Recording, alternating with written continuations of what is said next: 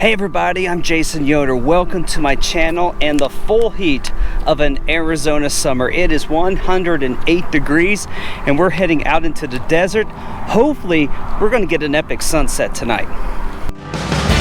I can be with you wherever, stay at home or in a foreign land. I can stay like this forever, 'cause I got the world in my hand.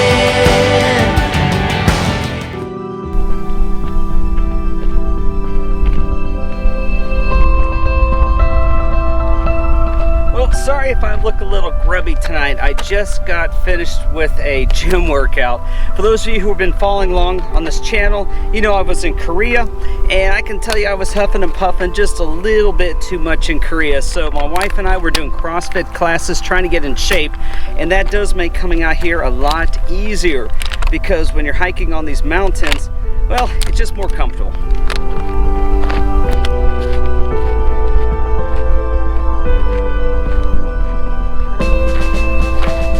Well, what I'm looking for tonight,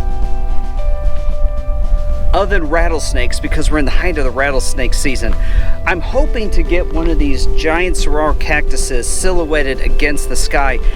We are just at the start of monsoon and we haven't had any storms here in Phoenix yet, but we do have some high altitude clouds tonight. I'm hoping they're going to capture a lot of color and give us an epic sunset. But I'm still looking for a good saguaro that I can get to, because like I said, we're in rattlesnake season. I am not leaving this trail.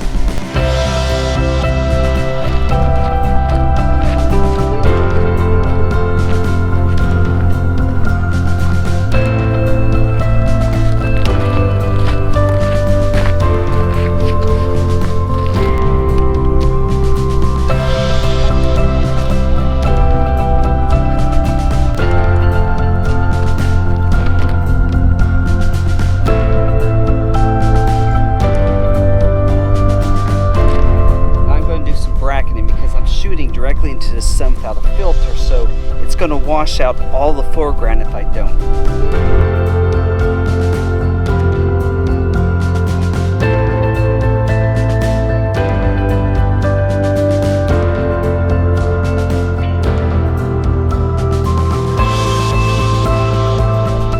So I'm setting up to shoot some panos right now, and what I like to do is use my grid lines on my screen to make sure I don't turn the camera too much. As you get closer to the edges of your image, there's going to be some distortion, so I want to try and minimize the amount of distortions that I'm going to have to deal with in post-processing. So what I do is, since I'm going left to right, I keep an eye on what is behind the right-hand grid line when I'm turning my camera, and I move whatever's behind the right-hand grid line behind the left hand, and then I take another image and I continue. That does generate a lot of images, but it also helps to reduce distortion.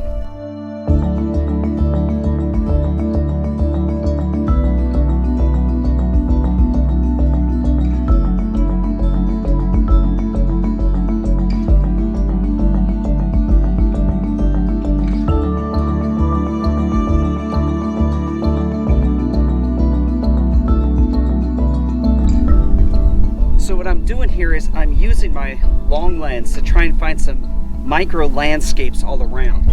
I'm kind of stationary now that I have the tripod out, and I found where I want to shoot tonight, but I don't want to miss any opportunity to pick up some images that just might sell in the stock photography market.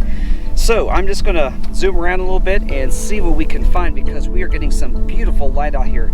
Definitely going to have some action in the clouds. They're on the horizon. It just depends how many clouds are blocking the sun once it dips below, but we'll see.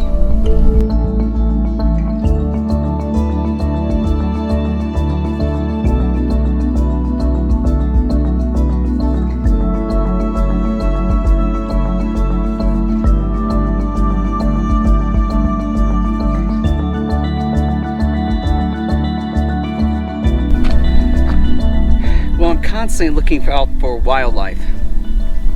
As of last week, a mountain lion was sighted in this area. We have javelina that travel in packs. We have coyotes that travel in packs. Still keep an eye out for snakes. So this is an interesting photo shoot. Well, to make things even more interesting, I have a warning light on my camera. I think the camera is actually starting to overheat, so I'm going to have to switch off the display. Yeah, it's getting a touch warm, and well, the rest of this is going to have to be through the viewfinder, so do what you gotta do.